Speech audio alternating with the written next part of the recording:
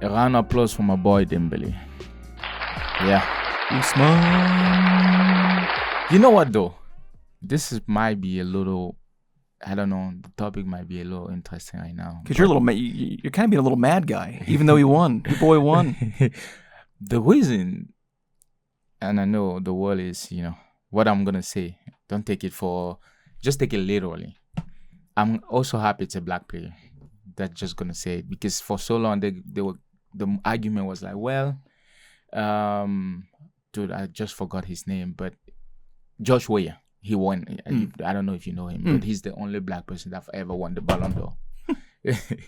And for so long they were like, oh, another person can win. That guy won. But he won it so long ago. Yeah. The other thing is that this is the first Ballon d'Or in a while that I felt like they didn't collude to give it to someone with the media, the press, everyone talking about like Messi is winning. Before even and the thing, it's going to make a lot of people uncomfortable, and I think that it almost made people uncomfortable when when Messi won it, but everyone was kind of pointing toward Haaland as well, where it's like they're scared, these pundits and these guys that have made a lot of money off of Messi and Ronaldo in particular. There have been guys that all that they have to do is they're in the media.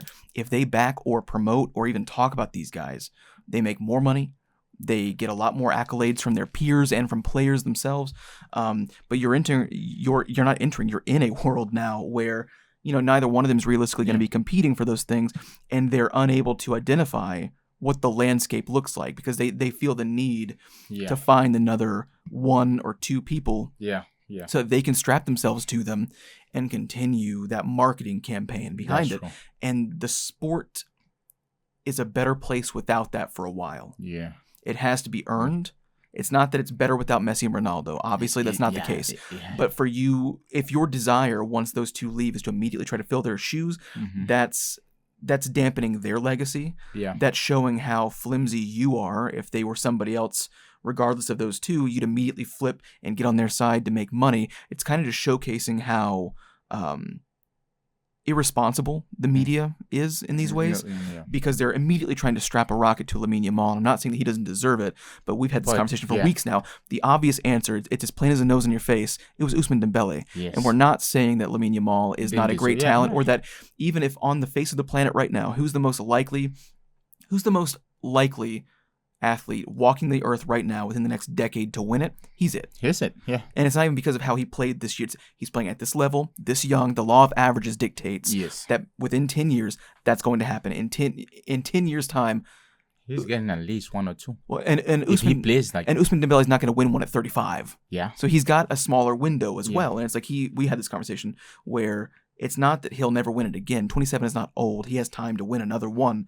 But a young player is about to really find his window, and Dembele is in his right now. And so, it's just, you probably have another, 4 years that Usman Dembele can feasibly win if he maintains the form that he has right now. And 27 to 31, 32 for a winger is about that time where whether you like it or not, your body starts to fade off a little bit. And again, but these guys like Kylian Mbappe and whatnot, like they're going to have pace into their mid-30s because of how quick they are now. Yeah.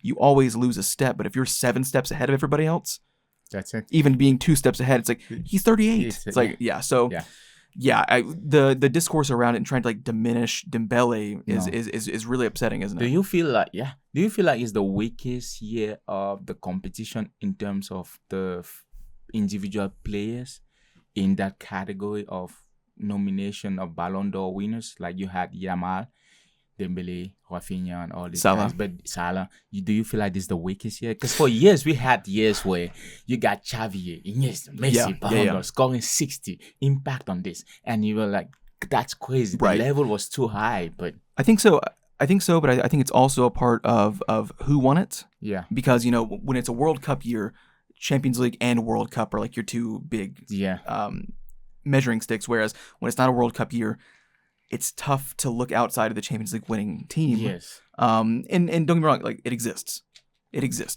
But it's the fact that it's PSG. I think there's some romanticism behind it, not because people like PSG more than other clubs, because I don't think that's the case. I think that they're actually kind of a disliked club.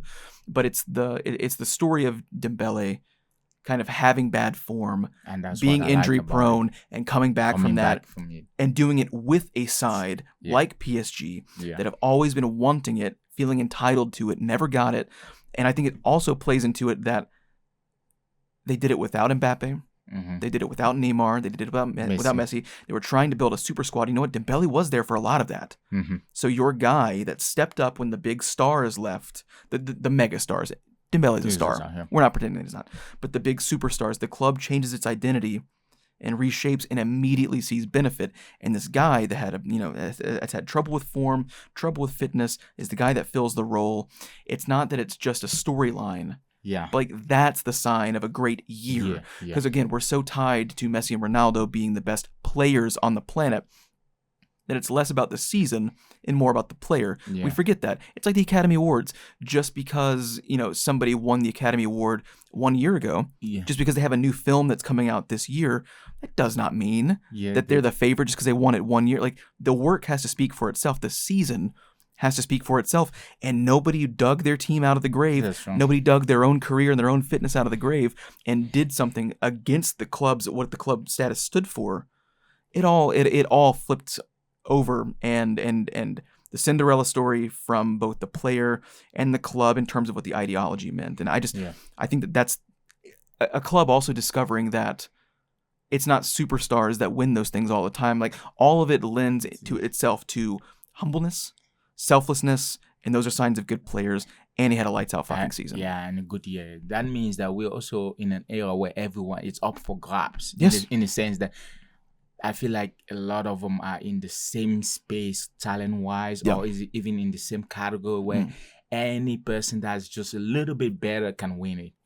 And it's not just the years where although, don't get me wrong, Ronaldo and Messi just performed at the level. I was gonna say, too. When they won it, it wasn't. it was undeniable that they won it. What I'm saying now is that there's a vacuum of that. We're so used to it being. It's like, well, it's got to be one of those two. It's like, no, not anymore. And it's like those two were up there because they deserved it, and the stats reflected that. But you could almost interchange them either way. So it became more about what the player represented than the quality of the year, because their standard was so much higher. Of the media, it was more at some point. I like this. I like Messi.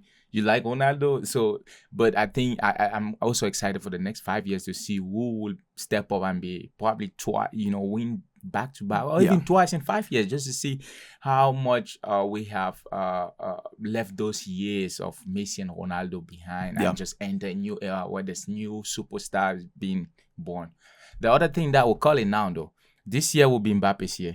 If it's not Mbappe, it's Haaland. The reason why I was going to ask you what you thought. Because the World Cup is here. Mbappe is the World Cup guy. The World Cup this year, the Champions League, if Madrid is in a good form, it's going to be hard to not be him. France and Spain, you're looking at those two in the World Cup in terms of Yamal. So I would say, competition-wise, it might be Yamal, Mbappe. And then the funny thing about that is that it's still not like they're going to try to recreate Ronaldo and Messi. That's my problem. It's so too. They're still just not the same. The ages are different. The chasing that stove is so bad. Yes, and it doesn't work. It's not a good thing too. It's not also healthy, because now you're putting a lot of unnecessary pressure.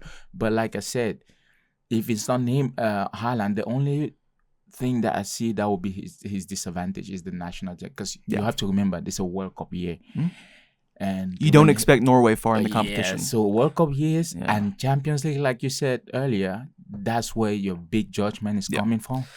Things that are expected from superstar players in national squads that are smaller with less history is that you expect great performance in the group stage. I expect win or lose. I expect him to bag quite a few goals in the group stage. I don't necessarily expect him to move out of the group stage, but you get what I'm saying. Of like, he's running absolutely rampant in the group stage. He maybe scores 4 goals in 3 games. They're going to concede 12 and lose all the games. It's just like, and you don't like saying that against a side because like, one, they haven't played yet, so you don't know. But it has that feeling for me. Last round of applause for my guy. We're just cheering for him. Usman.